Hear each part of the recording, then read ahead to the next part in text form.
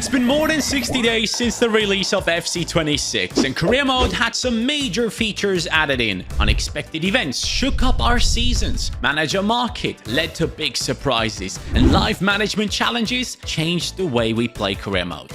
Well, not really, as EA overpromised and underdelivered yet again. Let's talk about it. So let's begin with the facts, shall we?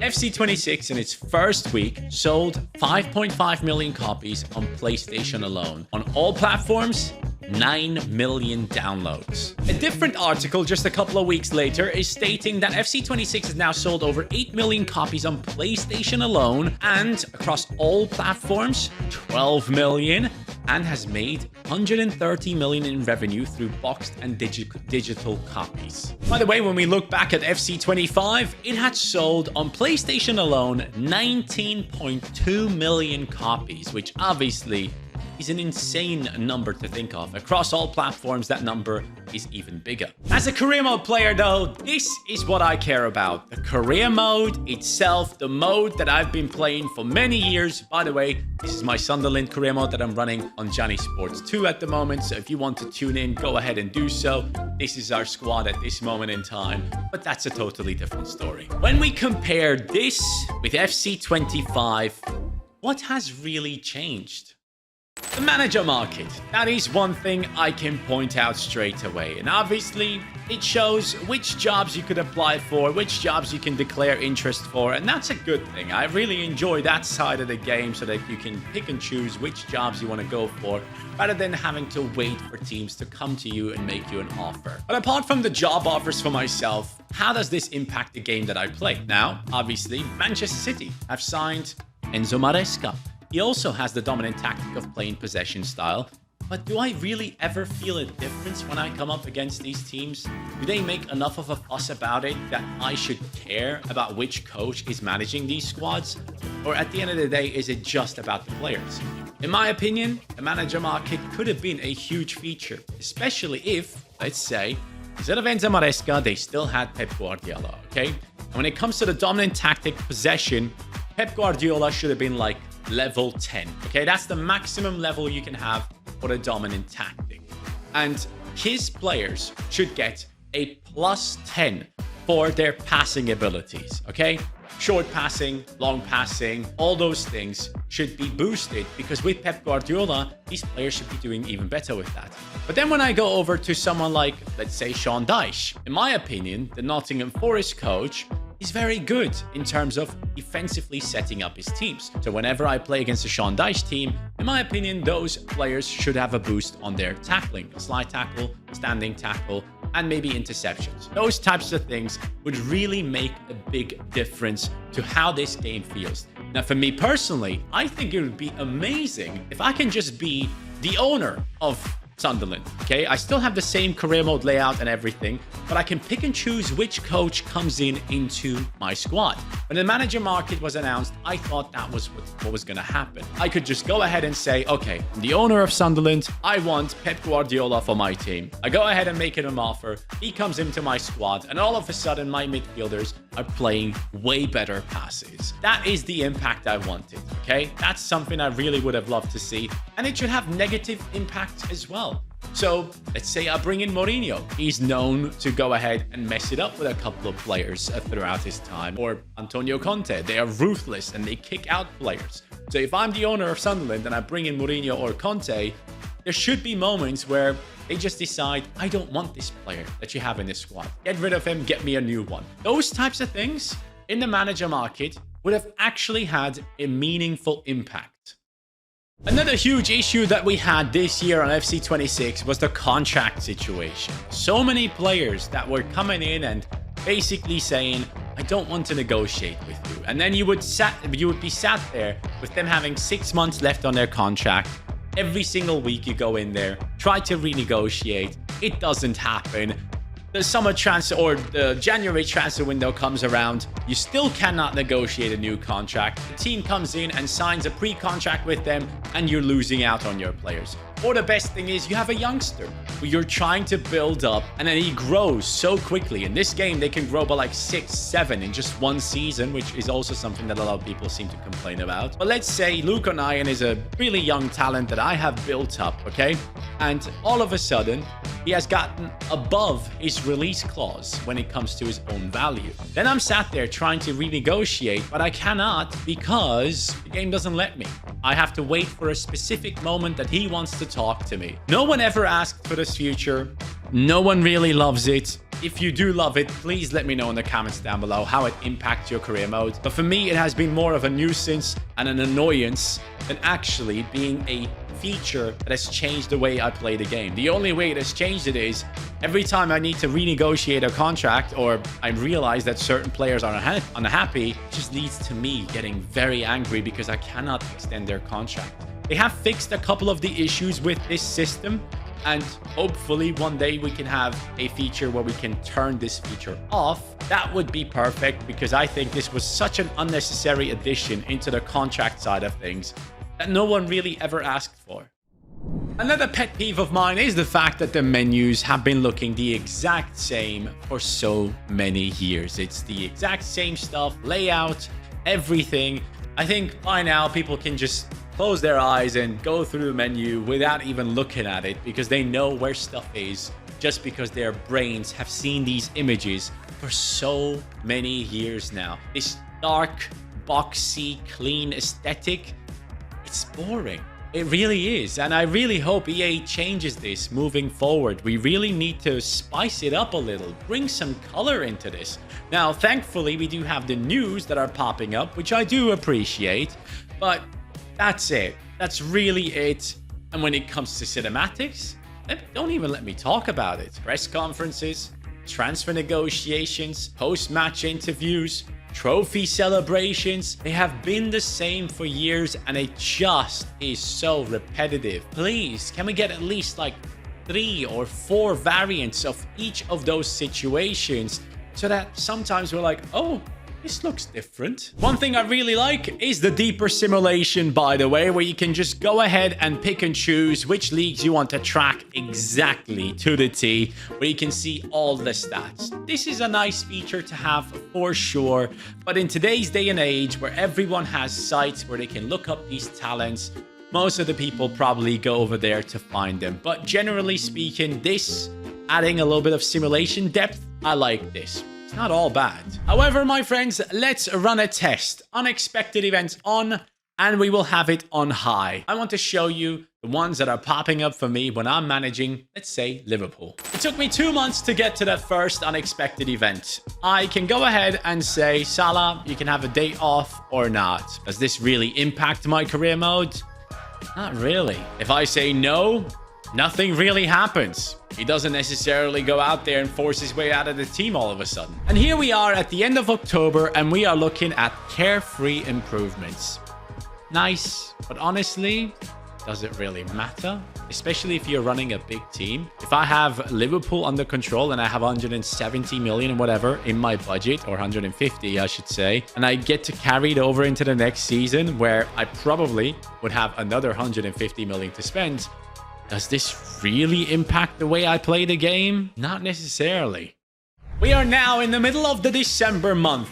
Wages leaked. The wages of all your players have been leaked, creating tension in the dressing room. Keep an eye on your team in the upcoming weeks. Make sure no further disruptions to their morale occur. What does that even mean? Like, how does that impact my team's morale, actually? What is the impact? Somewhere around this screen, there should be something stating, like showing visuals, how it will impact my team. Let's say if you lose the next 2 games, the morale of your team is going to be crashing down. If you win the next 2 games, it's fine. No issues. All this unexpected event stuff, at this moment in time, it just feels like it's text on screen that doesn't really have an impact. Outbreak! Van Dijk appears under the weather, showing signs of illness. You'll need to consider the best course of action to deal with the situation in relation to the player and wider team. Take immediate action. I'm gonna let him train. What's gonna happen? Let's see. So Van Dijk, who's carrying an illness, has a little bit less stamina. I've now gone ahead to the next game in the Champions League, and Van Dijk has recovered a little bit of stamina, and it has had zero impact on the rest of the team. Alisson is out with a foot injury, has been out before that unexpected event happened. But do you kind of get what I'm saying here?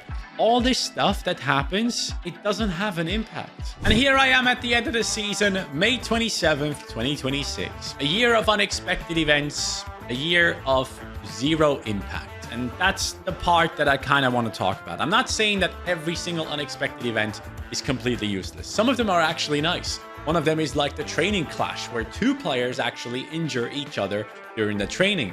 And that is obviously forcing your hand to go ahead and make some changes. Now, however, when you get to the end of a year and you have unexpected events on high, and that's all the impact you've seen, I don't like that. In my opinion, unexpected events should have had a huge part to play when it comes to the transfer window. At times, there should have been news where it comes out, oh, your player has been seen talking to Real Madrid. They apparently want to have him. The news are coming out.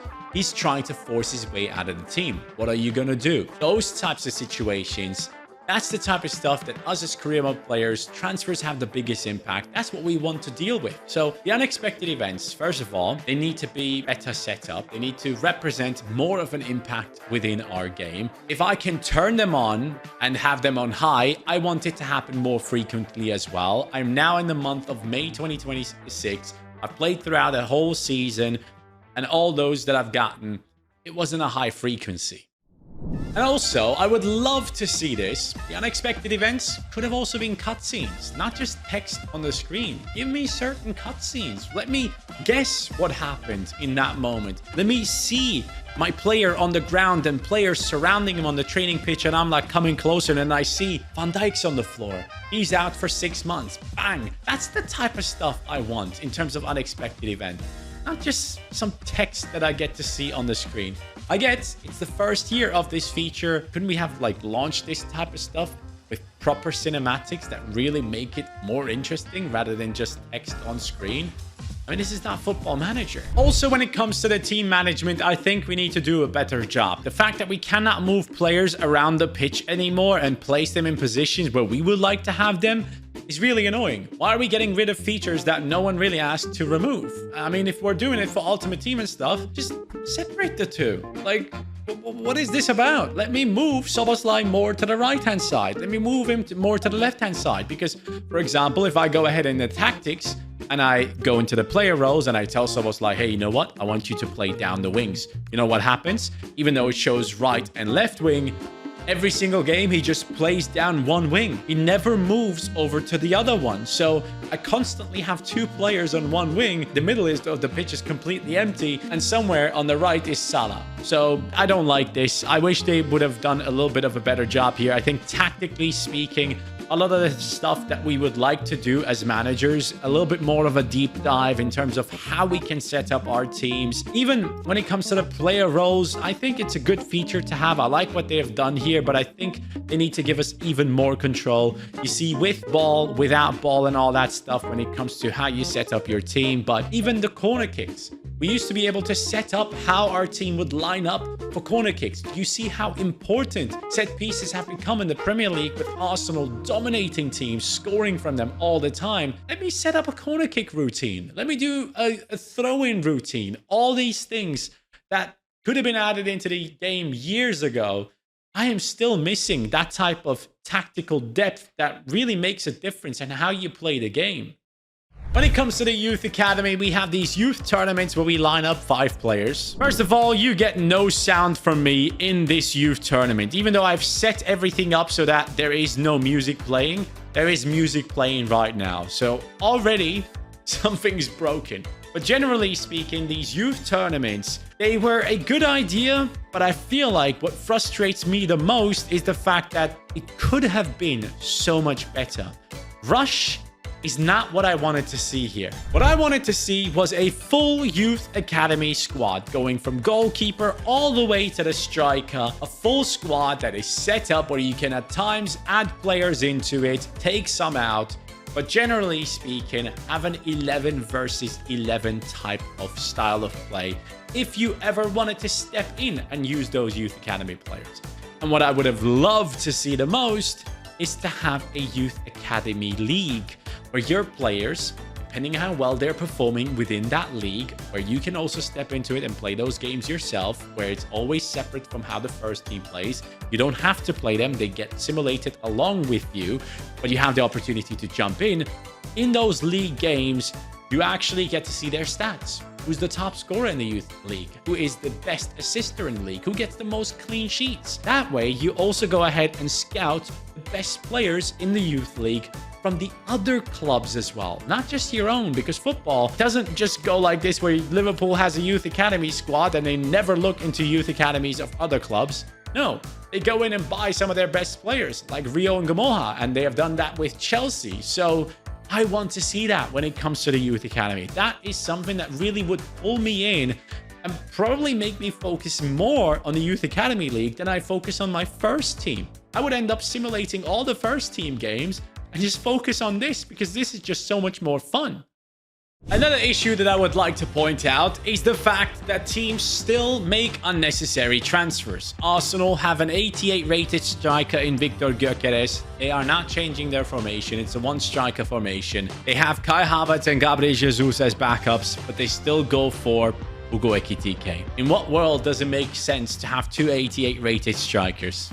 Saying that, this team behind me have Isak and Ekitike in their squad, so hey, maybe the plan is to play two strikers, but generally speaking, stuff like this doesn't make any sense, especially within the game where you already have so many decent backups. Kai Havertz 83, Gabriel Jesus on an 80 as well. The backup, someone like Victor Gyökeres, he also only played one game in 28 matches that Gyökeres has played, so clearly some transfers are being wasted here. One of the major issues I personally have with the game is the fact that dynamic potential only works for your squad.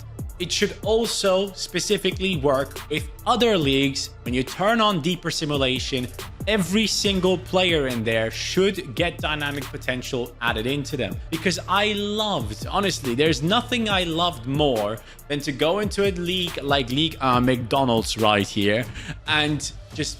And for 1 second, I just wanted to have a Big Mac. But anyways, to just go into a league like this and basically find out that, I don't know, some talent in here, let's say Chukwueze, for whatever reason, not necessarily a talent, but he had grown to an 86 because he had multiple good seasons, has gone way past the potential that EA has given him, and has done an exceptional job. Back in the day, you would find random players with really high ratings within career mode. Basically, you would tell yourself, okay, he must have done well somewhere else to get to this rating. Nowadays, everyone has a certain ceiling that they have attached to them. And unless you have these players within your own team and you do really well with them, dynamic potential doesn't kick in. So that's one thing I desperately hope EA can tackle. Give the players a baseline of potential, but let them grow past it if they're doing well. Especially if we have deeper simulation where we can see which players are doing well, which ones are getting assists, and all those stats that are necessary to see if these players should be given higher potentials. But by looking at these menus one more time, I just want to say, overall, it just feels the same. Okay, and that I think is the biggest issue that I personally have with this game. The experience of playing the game doesn't feel different to me at all, no matter what they have added into it, especially with the visuals looking the same, with the cutscenes looking the same, everything just being recycled over and over again. I think that's the biggest issue that we're facing here. And the biggest issue that EA will be facing is that GTA 6 now has been moved to November. And that is basically right around when the first couple of months of FC 27 will be happening. Sure, in the first 1 or 2 months, they might have a lot of sales, but even then, when people know that GTA is coming out in a couple of weeks' time, they will just be saving their money for that game. So for EA to basically succeed with FC 27, there has to be a lot of things that are done right. And I really hope that they will do that. I'm making this video early on into the game cycle because I know they're working on 27 right now. And I'm desperately hoping to see more from them. And at this moment in time, I want to know from you guys in the comments down below, what could EA do? for making FC27 a much more successful game, a game that really feels different, that has a different vibe to it, that has everything that we all basically are asking for. Let me know in the comments down below, because I think this experience right here needs to change. I will continue making my content because I'm personally able of making things feel different through using mods on PC. But you guys on console, which is the majority of players, you're struggling. And I completely get it. So this is a video I really wanted to make for you as well. Have a good one, guys. I'll catch you on the next one. Take care and peace.